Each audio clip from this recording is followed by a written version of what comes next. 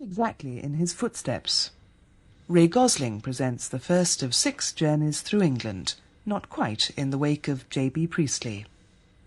7 years ago, I wrote a book called English Journey, which appeared in many different countries and attracted a good deal of attention. It was, as I said on the title page, a rambling but truthful account of what one man saw and heard and felt and thought during a journey through England in the year 1933. For most of my working life, I've been doing much the same as Priestley's journey. I had an opportunity of doing it as a book with Faber and Faber. I signed a contract to deliver my English journey in 1962, to show up how our land was changing, but I never finished it. The definitive book defeated me, and out it came in bits and bobs on the BBC. This England is such a big country to encompass in one fell swoop. And even Priestley didn't do it all. He slept through East Anglia. H.V. Morton in Search of England didn't do it all, nor Richard West, nor Lincoln Allison, nor the best-selling one of all time, the man who did it in his boots, John Hillaby. No one's done it all this century. But anyway, here's a little go from me.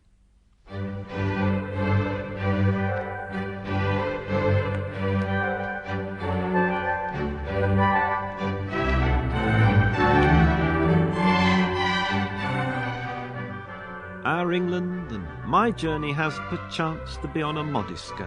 I began from Manchester in the dawn of an April morning, 1983, and it was raining. This morning is 17,000 feet.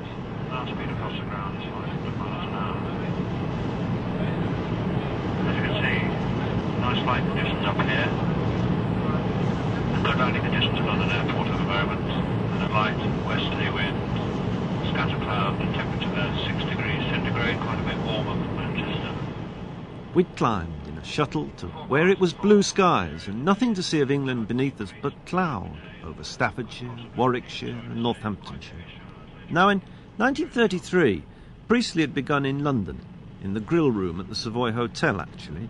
It's the first chapter in the manuscript, but not printed in the book. I've seen the whole manuscript. And after the Savoy Grill, he headed for Southampton, which was why I, perverse as it may sound, decided to head for Heathrow.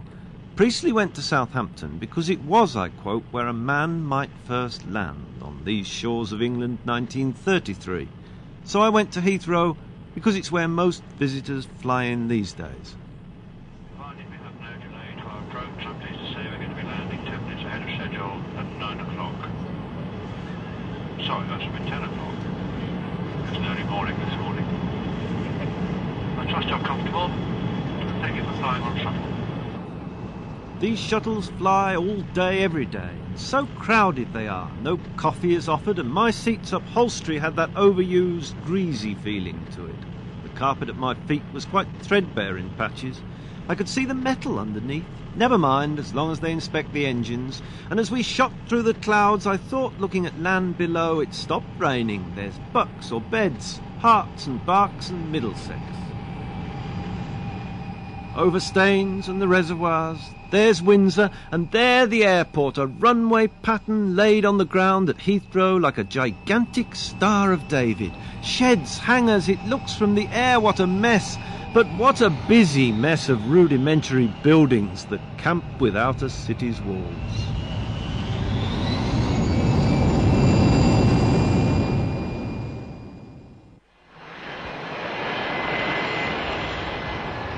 Now, of course, in Priestley's time, there was an airfield. Here was Richard Fairey's Great West Aerodrome, just off the Bath Road, built on a rock rabbit field. And on this coney patch of heathland, Heathrow is now the busiest and biggest international airport in the world, and England's #1 port for cargo. More in and out from these Star of David tarmac runways than Southampton, Liverpool or even the London docks. Which explains why 50,000 people work here, keeping all the hours God sends. Is there anywhere else in England where 50,000 people work in shifts, but on one site?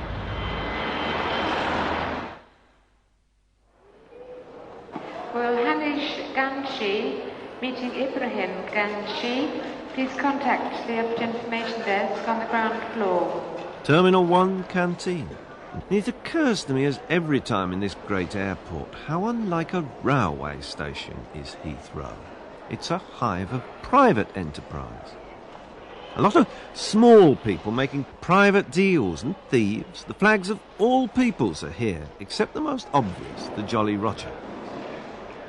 This is a special announcement to our passengers. Please ensure they do not leave their baggage unattended at any time. I sometimes think the fear of flying has been replaced by the fear of humanity, by one of us, milling down these telescopic corridors from terminal to terminal. One of us is liable to pull a stunt. That little old lady, looking like Agatha Christie's, got bees in her bonnet. Any minute you'll hear the bang.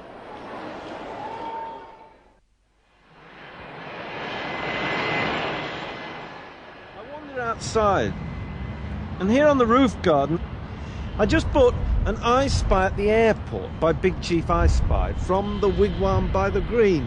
There's no real fun to it. No I Spy a traveller in tears. No I Spy the Ark of the Air for animal quarantine. No I Spy the detention centre for illegal immigrants. But I do spy the amazing hydraulic truck that lifts up a container to an aircraft door to pick up lavatory pans, and score 65 for that. I spy 2 dope-sniffing dogs. No, not him.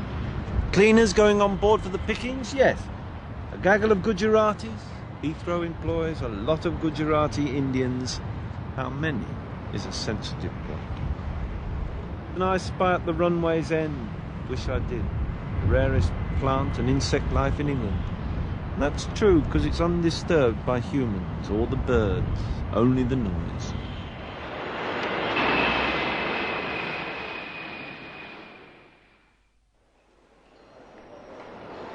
Manx Airlines regret to advise passengers travelling to the Isle of Man on flight JE304 that this flight has been further delayed due to continuing adverse weather conditions at Isle of Man Airport. Back in the terminal, I sit down and feel daunted by my task ahead. There's a lovely bit of writing in the unpublished first chapter as Priestley describes himself setting out. Grumbling he's no good at the gadding and nosing that's going to be necessary to uncover the real England. Underneath it all, he writes, I'm a shy man, respecting other people's shyness. May I have your attention, please? A service of Holy Communion will be held in the Chapel of St. George in 15 minutes. The chapel is situated opposite the entrance to the Terminal 2 multi-storey car park. That's not in the book. No, I spy the chapel. It might as well be yet another dope-sniffing dog. Get no marks for I spy a dog collar. And Priestley, I don't know he was a great one for vicars. But this is my journey. So why not a blessing to start us off from the vicar of the runways at the gateway to England? I wander down to the catacombs to meet Harry, Reverend Burleton. Nice new vicar, very spruce. Describe me your place as it is now, the chapel at Heathrow. So you're coming downstairs, away from the noise and the hustle and bustle above us, into somewhere which was really shaped like a cave, plain concrete, very simple design, with the altar straight in front of you as you come in, and also two little separate caves on either side, one for the reserved sacrament, another one where we keep the font. We don't keep it brightly lit, it's just sort of dimly lit, so it gives another feeling of peace and tranquility. He was young, Harry of the runways, and this his first parish. A church without a spire, no peal of bells, built deliberately like a hidey-hole. In his bunker for Jesus we met. He was dressed beneath a very narrow dog collar, in tight blue jeans and a red blouson, with a solidarity badge and a single solid silver bangle on his wrist. Very modern. I don't have the problem of, we don't have the problem, rather, of trying to raise money to repair the church roof or replace the church spire, which is falling down. So we don't have to raise any money through jumble sales or any extra work like that, which makes a nice, healthy change. No garden fetes? Not yet, no. Although we have had a flower festival here. And you're open 24 hours a day? The chapel is open for 24 hours a day. We don't close at all. So even if you're working on a night shift or something, the chapel is still open to you at that time. Is there another church in England open 24 hours a day? I think not. No church warden, no lead on the roof, no vandals. I said, I like your petition board in the foyer in the crypt where people pin prayer cards. One had read, "Pray I get my transit visa to the USA. Pray my fiancé be permitted to join me. Safe flight for all people today, please God." People, when they come down to pray, particularly those who are travelling, like to actually pin the prayer to the board. Some of them are really very heart-rending. Here's one. For our marriage, that my wife may stop drinking, to ease my temper and for our children. It's a terrible problem, drinking in the airport, isn't it? Yes, I'm afraid it is.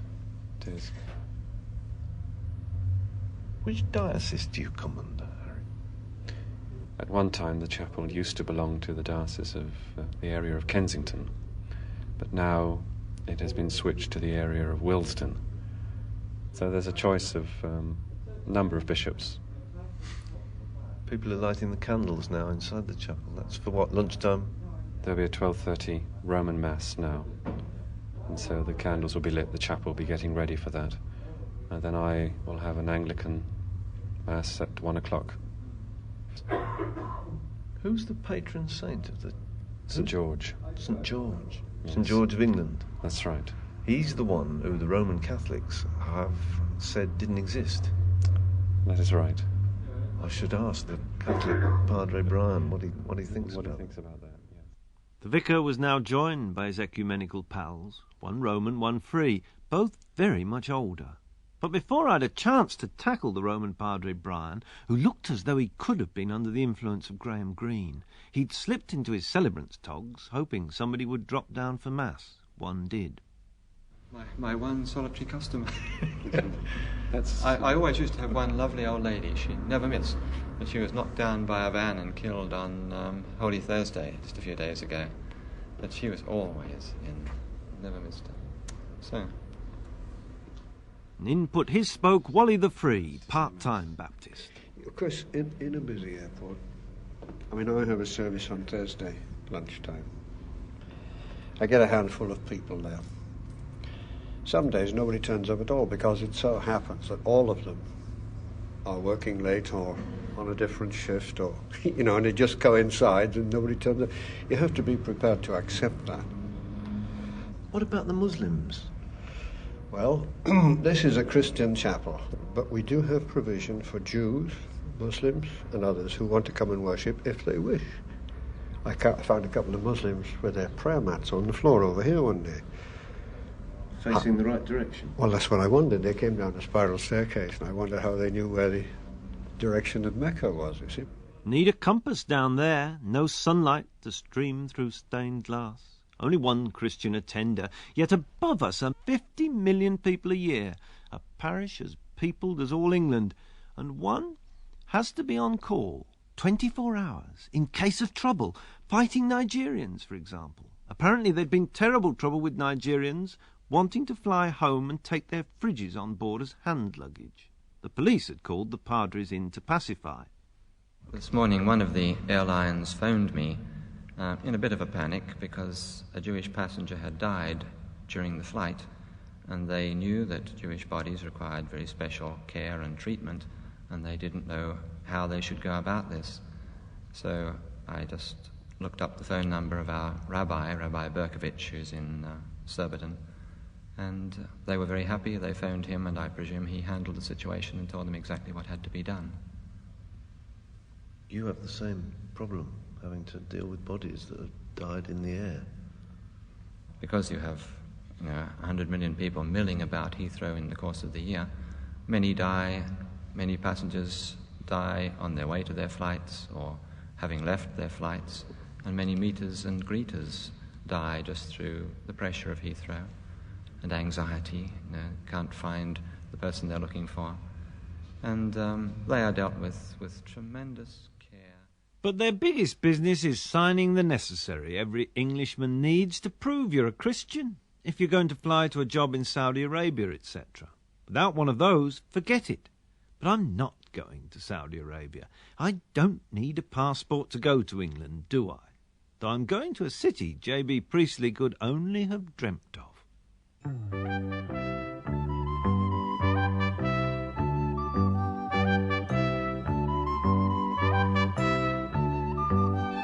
Up in the daylight and off on a bus to Milton Keynes. Out of the window immediately we leave Heathrow, there's a very big sign.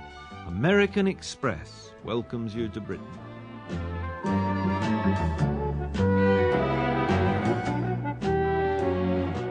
How soon on this route we're in the real England.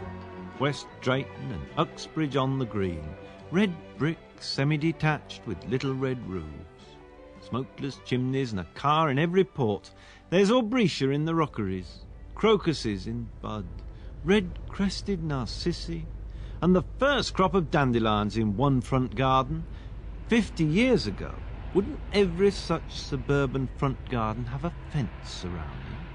Creosoted every spring, stout stanchions for privacy, but now it's open plan as it's open shirt. Bye-bye the collar and stud.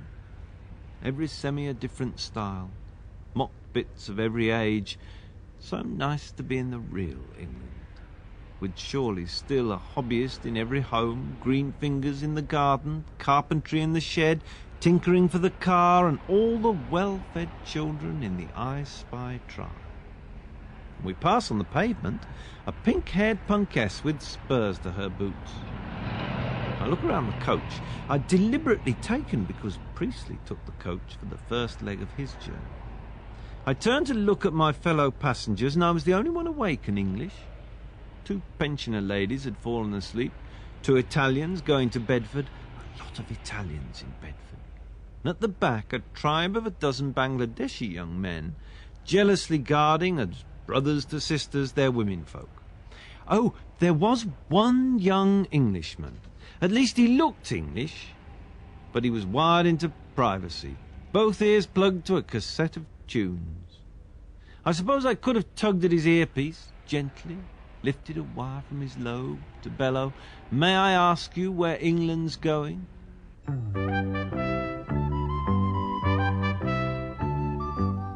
We approached the M40 Oxford motorway. Big sign, Wickham one way, Watford the other. Wickham for G-plan furniture and the Bryant & May matches in my pocket.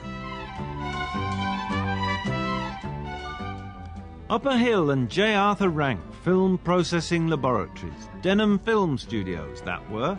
What a sunny day, an interesting way. Pinewood and Denham, Rank Charm School. Did Dirk Bogarde and the once young Diana Dawes career in open-topped Austin Healey down this hill?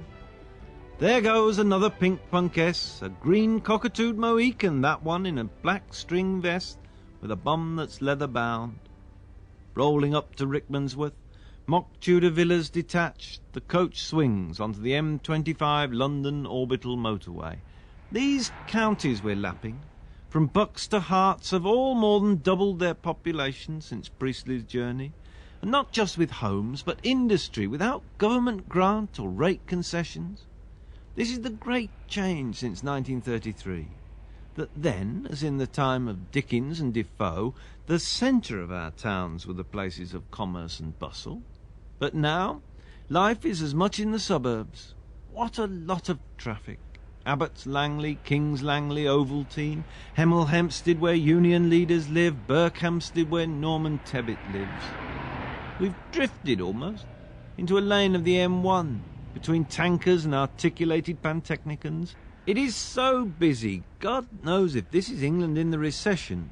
Where, I wonder, is there room to boom if boom ever comes again? The pensioners have woken up.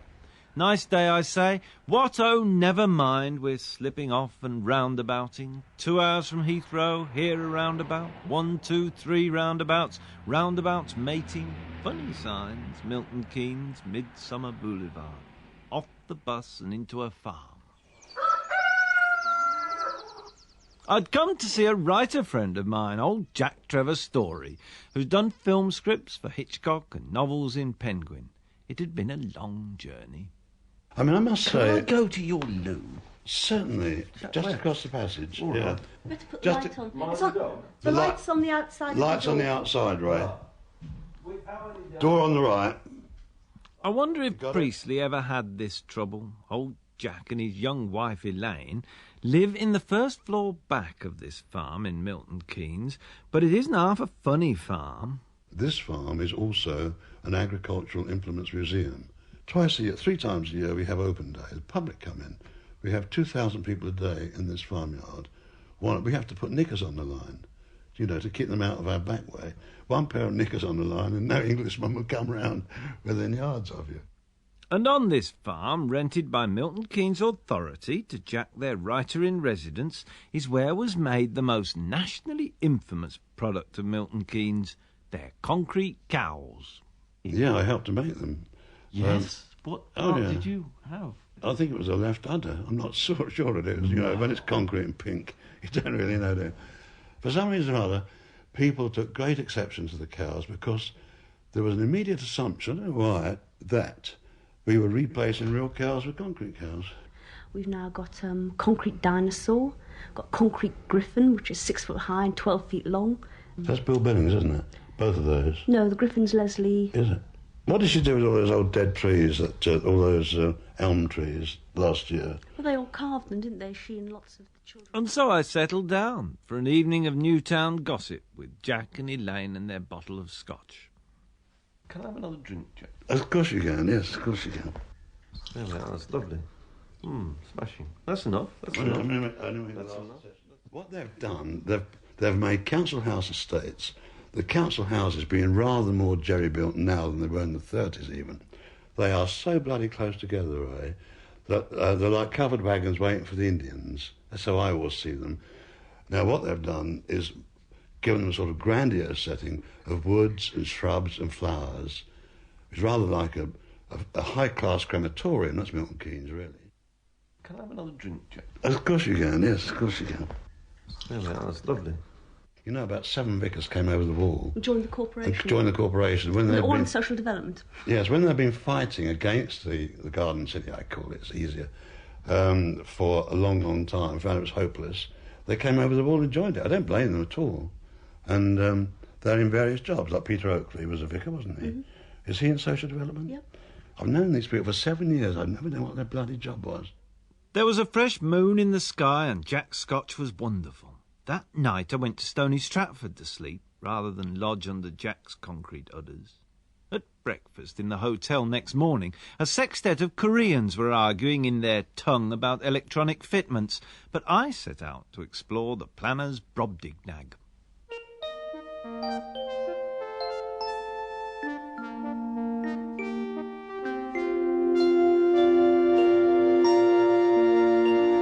Now, Milton Keynes is reckoned to be a great success, the last of England's pride of new towns. What begun with Ebenezer Howard in a Welland garden and was bought in a rash with Harlow and Basildon, Crawley and Stevenage, the idea became to build a new city of 250,000 people. The greatest and brightest. We will succeed, the planners were sure this time. One last majestic reach for the slide rule. The first gaffer of the pioneers was a Labour lord, utopian socialist, who'd hoped to build in our land the last and latest New Jerusalem. I hope that the name of Milton and Keynes, if you like pronounced Keynes, might bring about a combination of poetic vision and economic realism, and this is indeed what we hope to do at Milton Keynes. And Milton Keynes was to express the 20th century as Bath had expressed the 18th. What the planners did was take 2 small towns in North Bucks, by the Watling Street and Euston Railway line, Wolverton and Bletchley, and draw a circle from a point between them to include many old villages, Woughton on the Green, Great Linford, Shenley Church End, Shenley Brook End, and build a new centre, new roads and new industry. The planners have JCB'd their way to 30,000 new houses for 70,000 people, and the population's now topped 100,000. So I went to central Milton Keynes to see the man who's been sitting on this egg of progress for some time. This Mr. Henshaw. Hello, Mr. Henshaw. Ray Gosling. Glad to meet you. Glad to meet you. I'd not seen your picture in the brochures. Ah. You look much younger than I thought. Mr. Henshaw, the general manager of Milton Keynes Development Corporation, and their public relations Lady Jane. J.B. Priestley was always meeting public relations Lady Janes, even in 1933. They took me to a room in the council for welcome refreshment. How do you take this, Mr. Henshaw? Oh, very dark, please, Jane. Then Mr. Henshaw showed me his charts. This special hatching is the new city centre, which we're in at the moment. We're here. The plan has been to make a big pincer movement, building away from Wolverton and Stony Stratford in the north towards the centre, new centre, and building northwards from Bletchley in a big pincer movement, which culminated in the opening of the first phase of our shopping centre in 1979. The feature of the plan for Milton Keynes, the grid road system, which means you've got these grid roads at roughly 1 kilometre intervals, running roughly east-west and roughly north-south, and they carry all the cross... And we went on to talk about grid roads, urban densities and balancing lakes. Milton Keynes is chocker with big ponds they use to take the extra water from 30,000 new roofs. Some are designated for noisy water sports and some for quiet water sports. Capability Brown. Landscape engineering for the 20th century. Let me see more of your new. Can we go upstairs? Ah, we creep through this little hole. Ah, we're on the roof.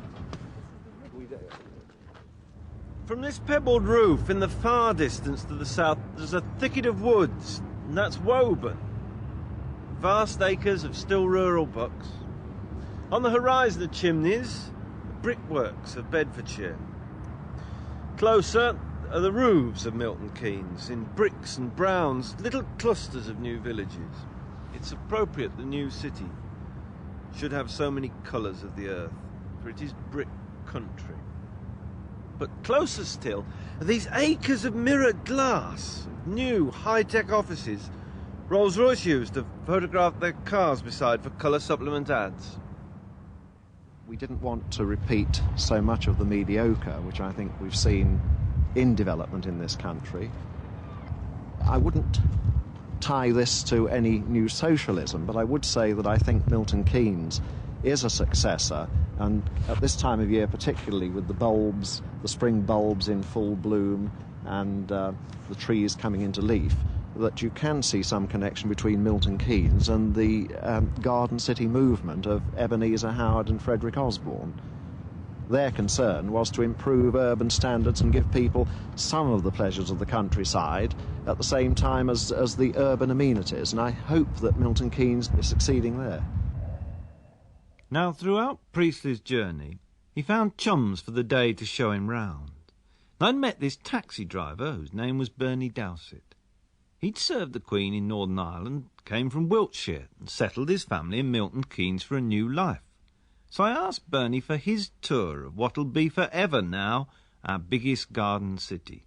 He drove around, roundabout after roundabout of daffs. Lovely daffodils, though, aren't they, Bernie? Lovely daffodils. Yeah, the thing is, it's the likes of my rates that pay for them. I'd sooner see my rates pay for something else other than bloody daffodils. Oh, that's mean. Well, it possibly is, but when you've seen them for a few years and you see the kids walking through them and kicking them down, what's the worry? But there is rather a large fine if you get done for doing the daffodils and tulips. The whole system of roads is built on a grid reference. If you've got a V road, it means it's vertical, goes straight up. And if you've got an H road, it's horizontal, it goes across. So if somebody was to say V7H6, they could take you to a pinpoint, a roundabout. They call this the city of trees and roundabouts. City of numbers, too. Well, yes. That's a factory over there to let. Yes, well, to be quite honest, you look in a field one day and you see a bulldozer, and then you look in the field next day and you see bricks and houses, and you look in the field next day and there's lights and people in the window. It goes that quickly. And the roads, that they open so fast, honestly. This is a big firm we got down here now, Amway UK's. They're the cosmetic people. And then on that side is Scania. That's the Swedish firm. That's right, yeah. Milton Keynes has got a lot of names on sheds: Marconi Avionics, Mercedes, Volkswagen, and one I wanted to see, Olivetti, because Priestley went to a typewriter factory on his English journey. When later I rang them up, make them, they said. Not here. Milton Keynes is our warehouse, a middle place. Like Priestley found of the new in 1933. He wrote, "These decorative little buildings, all glass and concrete and chromium plate, seem to be merely playing at being factories. You could go up to any one of the charming little fellows I feel and safely order an ice cream or select a few picture postcards. But as for industry, real industry, with double entry and bills of lading, I cannot believe them capable of it." We drove on. We now seem to have driven into Nob Hill, I think. This was Chevrolets, am I right? This was the exhibition centre for self-styled buildings. And I think it was done as a competition, a lot was opened on exhibition. Big houses, like the embassy quarter of a foreign country, each one different, new and detached, all wired to cable television, and where an inspector never calls, all meters are read remotely. Oh, look at that one. Look, one made out of wood. Yes. Like a Scandinavian church. They were opened as an exhibition of self-architecture. And people got so... In fact, when the people started moving in, they still had the public walking round, opening their doors and thinking the place was still on exhibition, you know. But this, in fact, is the estate that's used on the advert on the television. Bradwell Common. It was this self-styled build of house, how you fancy, that Lord Campbell and the utopian pioneers certainly have created for the rich. But in the earliest dream of Milton Keynes, he wanted to do it for everyone.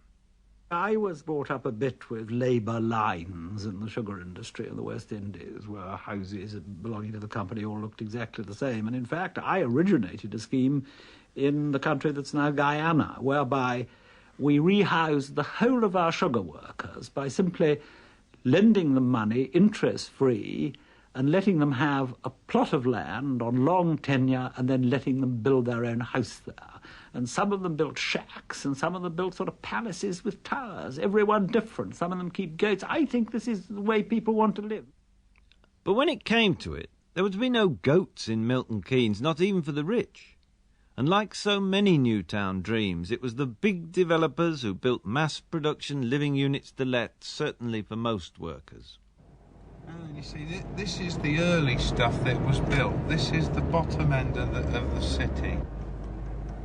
These are little flat roofed houses, yes. Some of which are brick, and the ones behind are what, concrete? No, they're built corrugated iron, I think. You see, now the people that live here, Bean Hill 1, 90% of them would give their right arm to move out. And just by looking at this street here, you'll see that 90% of them have done. Yes, here we've got boarded up windows. Empty houses this time. Empty. Nobody will move into this place because it's all the places let water. If you live in a street which has got boarded windows, you might just as well live in a bloody slum, as far as I'm concerned. I wouldn't like to live in a street which, well, I do. I live in a street which is all bloody empty. I'll take you down and show you. Yeah. Bernie took me to his street in a beautiful grassy setting by the Grand Union Canal. I'll tell you, I live in the third one along, the one with the silly things hanging in the windows. But I mean, you can see how many neighbours I've got. Yeah, I've lost 1, 2, 3, 4, 5, 6 neighbours locally. And it's a problem that is happening everywhere. It's not because these houses let water that they're empty. It's riff-raff, says Bernie. The people now coming into the new town are not the same as when he came, although you still need a job to be let a house. People lose their jobs. Some go back where they came from, and some don't. When houses stand empty in a new town, it hurts the ones who want to make the dream work. You see now, you'll say I'm nitpicking, but you see the washing hung up on the line there on the veranda? Yes. And the likes of the boat, okay, the boat you can accept. But that woman would leave that washing there for about 2 weeks. I mean, it was never heard of last year. It's the equivalent of washing in the front garden as well, Yes. isn't it? Yeah. And you've got people coming up, well, you can see how close the canal is, want to come up there on their holidays, you know, and cruising up the canal. It used to look lovely down here. It doesn't anymore, because they have to put up with the likes of her washing, you know.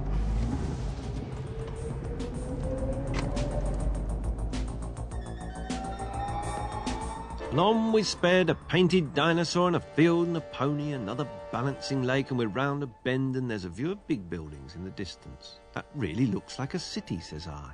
That's Bletchley, says Bernie. Past the concrete cows he did not approve of, and a view of a pagoda like a bandstand on a hill. Gold, wonderful Buddhist pagoda. Bernie approved of that. Past the Milton Keynes Bowl, David Bowie this year, and what pickings for a taxi driver. Along a new Watling Street. Here a roundabout, another roundabout of tulips.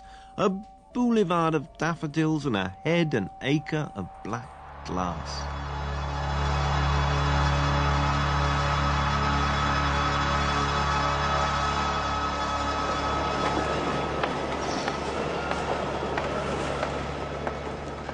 Shopping Centre Milton Keynes. This is the vortex where the planners' pincers meet.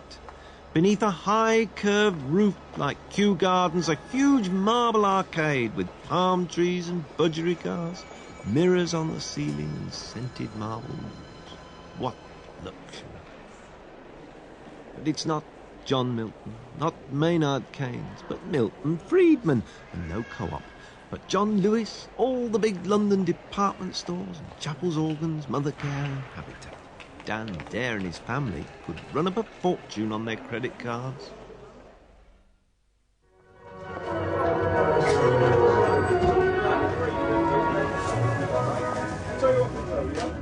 But it's not all new and spanking around the Milton Friedman Memorial Mirrored Shopping Centre. Outside is a market, as robust and old-fashioned as a music hall turf. What you're talking about there is sirloin steak. Just look at that. Here, we put one on there. Here, someone got a mother-in-law. Yeah. Here, a nice tuck with there for your mother-in-law. I'll tell you what, that will be tough, that bit. Here, I better luck it gets stuck in her throat as well. Here, that's in there for a £5. Here, anyone else want to have a go on that for a £5, look? And you can pay anything up to £18 for one spanner to do that one job. So it makes this one considerable value for money because it fits right along the range. Half a pen of mushroom, 30 instead of 40. I say mushroom buys, half a pen, 30. And one of the things about England Priestley liked, and I like, is this mix of new and old.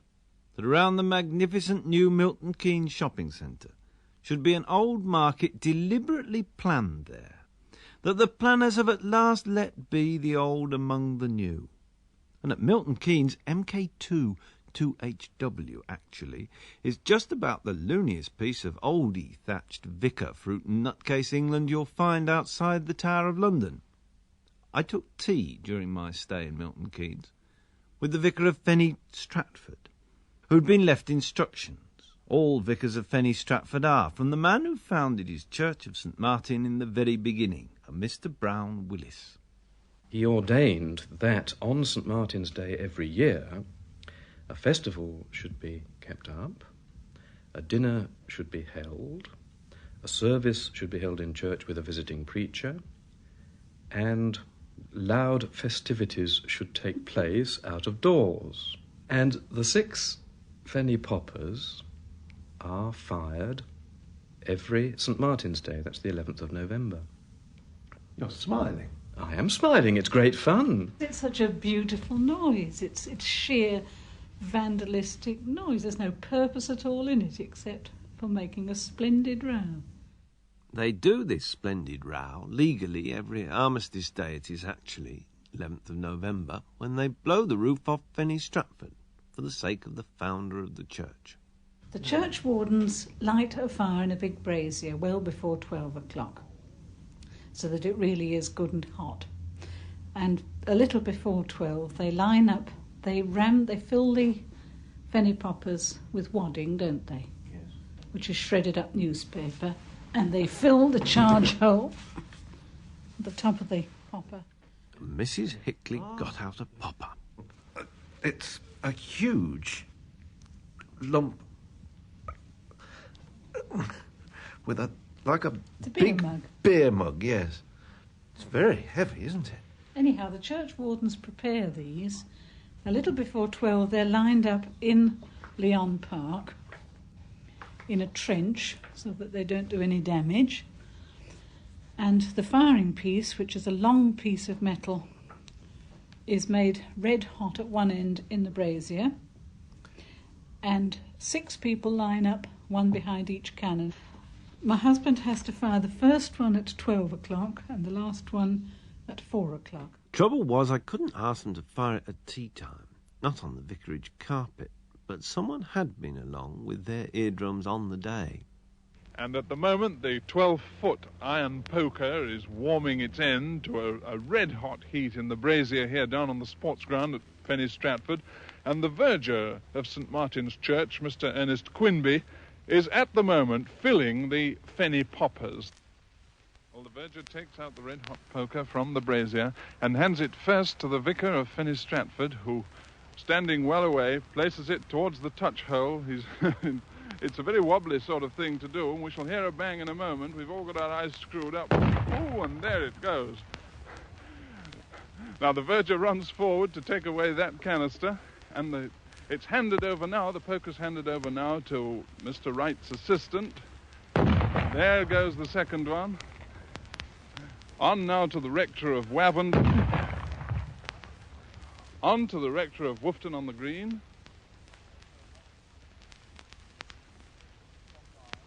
A bit nervous, I think. On now to the vicar of Wing, Dr. Willis. And now the verger himself. No, it's one of the parishioners who sent off the last one.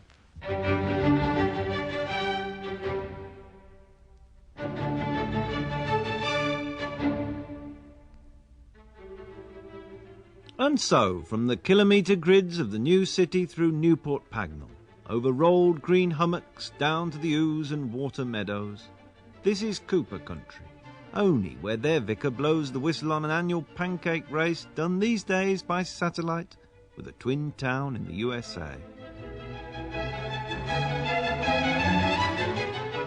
And on, up and down hedges and ditches and rolling green fields, through brownstone villages, Bosiet and Wollaston, strung out along the A509. Here comes Little Urchester, a bright April afternoon, crossing the Nen River and the grey Sultana Mills of Wellingborough. Up on a hummock again, and a church tower in the distance with a fine flag of St. George is fluttering, clean white and red, and we stop at the church porch.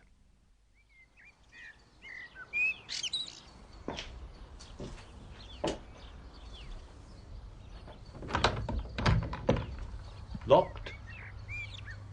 The notice that they've suffered recently another theft. We've done our best. This is from Paul and Edna Gattenby. Telephone Burton Latimer 2371. They've done their best to keep the church building open by locking away as much as we could. However, we've now reached the point where the danger is not so much from theft as from vandalism and wanton damage.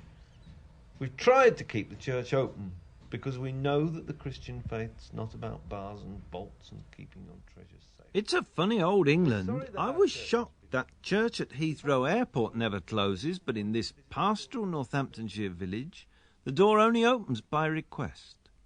Now, Priestley said he was a shy man, but then went on to make great judgments of a serious nature from simply wandering. From my first leg across south-east England, Middlesex, Herts, Bucks and Beds, everything in the garden seems more or less well. The new hasn't spoilt the old irretrievably, and the quality of life for most people in this corner, as far as a travelling man can judge, is busy and bright.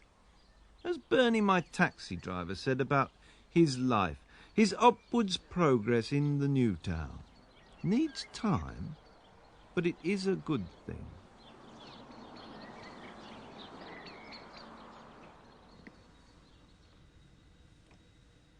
That was the first of Ray Gosling's journeys through England.